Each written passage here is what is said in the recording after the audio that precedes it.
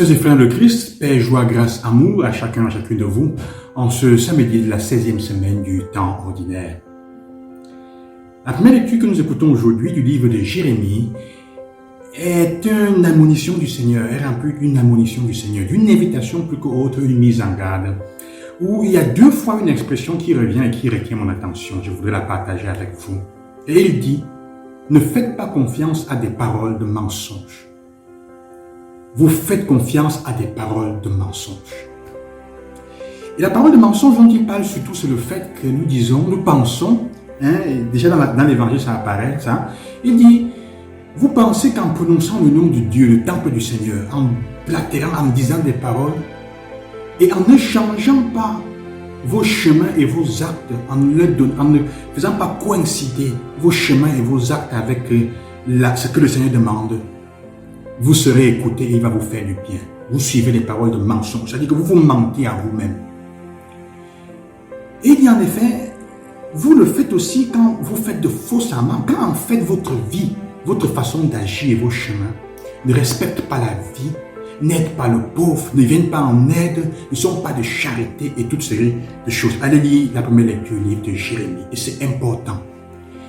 Jésus est en train de nous dire une des choses qui ruinent notre vie, ce sont les paroles de mensonges que nous nous disons à nous-mêmes. Toutes les fois où nous nous convainquons de certains mensonges, quand on pense qu'il suffit d'aller à l'église, de prononcer la parole de Dieu, je disais l'autre jour, de vivre comme des athées pratiques.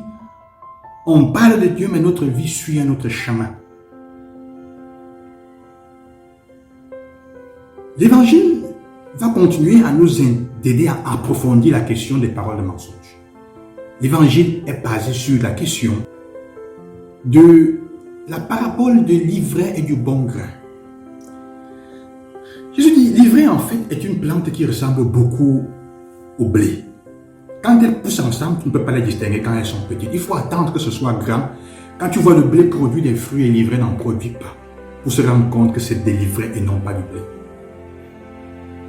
Il y a des aspects de notre vie, il y a des choses que nous recevons de notre famille. Il y a des choses qui semblent être des valeurs, des manières de faire avec lesquelles nous grandissons, qui semblent être bonnes à première vue. Mais c'est au bout du temps, c'est au fil du temps, en voyant les fruits que ça produit, qu'on se rend compte en fait que c'était des mauvaises habitudes. Ça dépend de beaucoup de choses.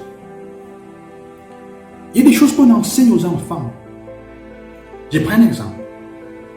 On t'a enseigné que respecter quelqu'un, c'est se taire. Or, il y a des cas où se taire, c'est être complice des mensonges et des crimes des autres.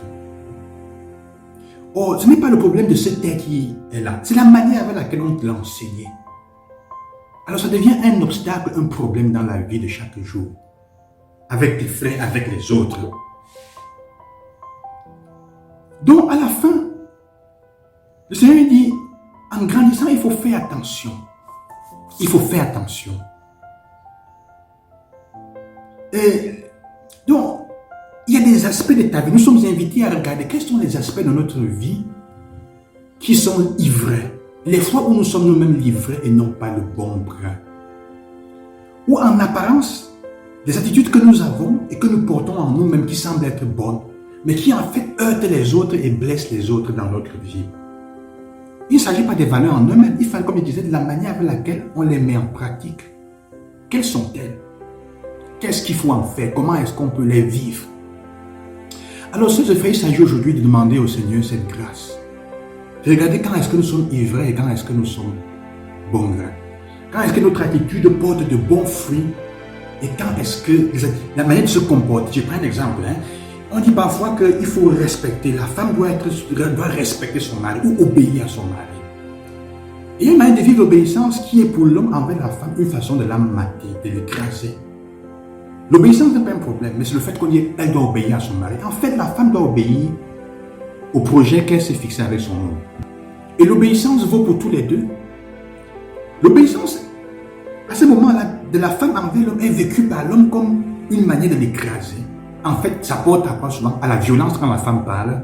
Quand elle exprime son point de vue, elle est asphyxiée. La même chose avec les enfants. la condition et les fruits de cette manière de vivre l'obéissance nous font comparer à quelque chose qui ne va pas. Ça ressemble à une vertu, mais en fait, la manière de l'appliquer, la vivre devient de l'ivraie.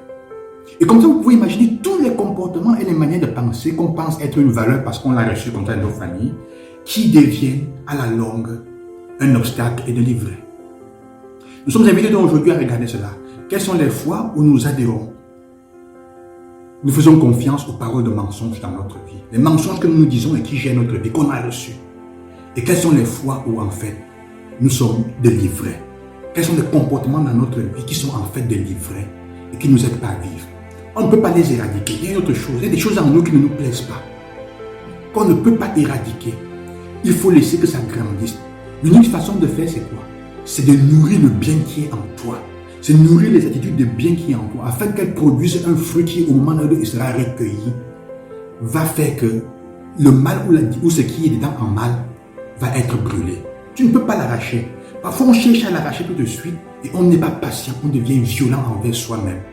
Et le fruit, c'est quoi? C'est qu'on devient aussi violent envers les autres. Et les aspects de notre vie avec lesquels on doit apprendre à vivre. Le secret est simplement de nourrir le bien.